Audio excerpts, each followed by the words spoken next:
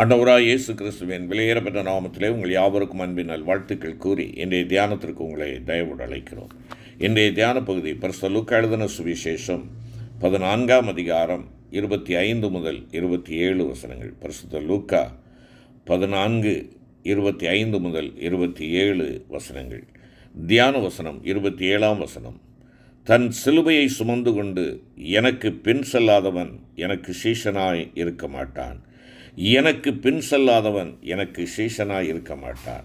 அருமையான கர்த்தருடைய பிள்ளைகளே, பரிசுத்த மத்தேயு 10:38 என்னை பின்பற்றாதவன் எனக்கு பாத்திரன் அல்ல என்று ஆண்டவராய் இயேசு கூறுகிறதை பார்த்தோம். கர்த்தரை பின்பற்றுதல் என்பது அவருடைய அடிச்சுவடுகளின்படியையும் அவருடைய கட்டளையின்படியையும் அவருடைய போதனைகளையும் பின்பற்றுதலை குறிக்கின்ற ஒரு சொற்றொடராக இருக்கிறது. அவருக்குள் நிலைத்திருக்கிறேன் என்று சொல்லுகிறவன் அவர் நடந்தபடியே தானும் நடக்க வேண்டும் என்பதாக யோவான் அப்போஸ்தலன் தன்னுடைய 1வது நிருபம் 2ஆம் அதிகாரம் 6வது வசனத்திலே குறிப்பிடுகிறார். அது மாத்திரமல்ல, அதே யோவான் அப்போஸ்தலன் 4ஆம் அதிகாரம் 17வது வசனத்தில் அவர் இருக்கிற பிரகாரமாக நாமும் இவ்வுலகத்தில் இருக்கிறோம் என்பதாக குறிப்பிடுகிறார்.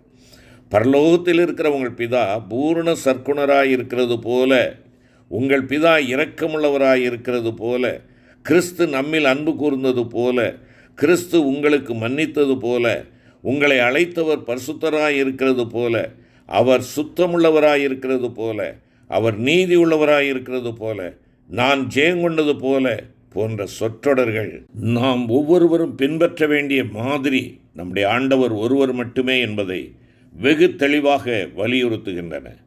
மலையிலே உனக்கு காண்பிக்கப்பட்ட மாதிரியின்படியே அவைகளை செய்ய எச்சரிக்கையாயிரு என்று யாத்ராகமம் 25ஆம் அதிகாரம் 40வது வசனத்தில் ஆண்டவர் மோசையோடு கூறியதை வாசிக்கிறோம். அது ஆசரிப்பு கூடாரம் உண்டாக்கப்படும்படி சீனாய் மலையில் காண்பிக்கப்பட்ட மாதிரியே ஆகும்.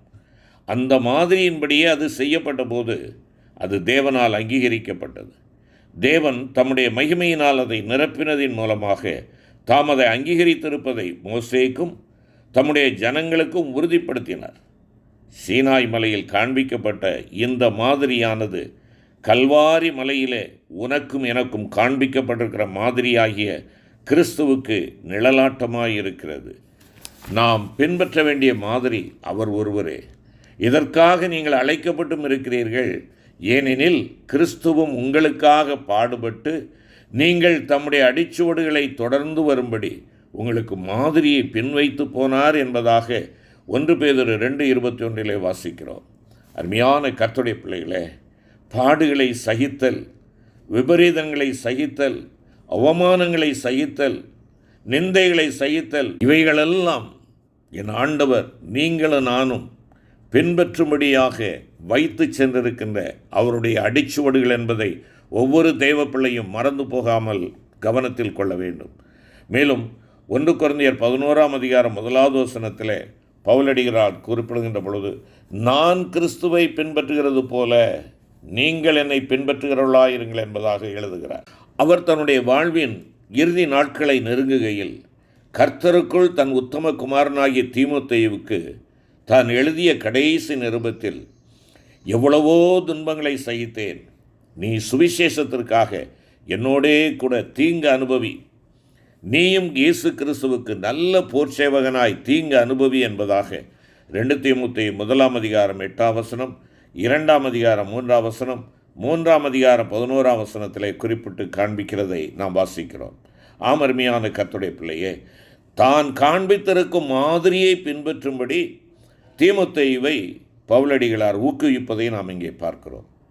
அது மாத்திரமல்ல, நாங்கள் ஒரே ஆவியுடையவர்களாய் ஒரே அடிச்சுவடுகளில் நடந்தோமல்லவா என்று தன் உடன் ஊழியனாகிய தீத்துவை குறித்து எழுதுகிறதையும் 2 கொரிந்தியர் 12:18 நாம் வாசிக்கிறோம். பிலிப்பியர் 3ஆம் அதிகாரம் 17வது வசனத்திலே, சகோதரரே, நீங்கள் என்னோடே கூட பின்பற்றுகிறவர்களாகி நாங்கள் உங்களுக்கு வழிகாட்டுகிறபடி நடக்கிறவர்களை மாதிரியாக நோக்குங்கள் என்பதும் அவர் திருச்சபைக்கு கொடுத்த அறிவுரையாயிருக்கிறது. நீங்கள் என்னோடே கூட பின்பற்றுங்கள் என்று அவர் கூறுவது, நீங்களும் என்னோடு சேர்ந்து கிறிஸ்துவை பின்பற்றுங்கள் என்றே பொருள்படும். இவ்விதமாக கிறிஸ்துவின் அடிச்சுவடுகளும் அவருடைய அதே அடிச்சுவடுகளில் நடந்த அப்போஸ்தலனின் அடிச்சுவடுகளும் அவர்களுடைய உடன் ஊழியர்களின் அடிச்சுவடுகளும் அவர்கள் அனைவரும் வழிகாட்டியபடியே நடந்த மற்ற தேவ ஜனங்களின் அடிச்சுவடுகளும் ஒரே அடிச்சுவடுகளாகவே இருந்தன. அவை என்ன? எங்களை பின்பற்றுங்கள் என்பதுதான். எங்களை பின்பற்றுங்கள் இந்த கடைசி காலத்தில் ஜீவிக்கும் நம்மையும் அறைகூவி அழைக்கின்றன. ஆம், நீங்களும் நானும் யாரை பின்பற்றுகிறோம்? இந்த அழைப்பின் சத்தம் நம்முடைய காதுகளிலே விழுகிறதா?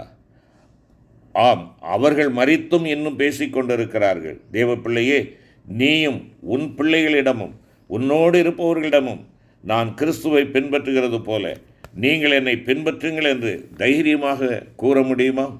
என் பிள்ளைகள், என் குடும்பத்தார், என் தெருவில் இருப்பவர்கள், என் திருச்சபையார் என்னை குறித்து என்ன சாட்சி கொடுப்பார்கள்?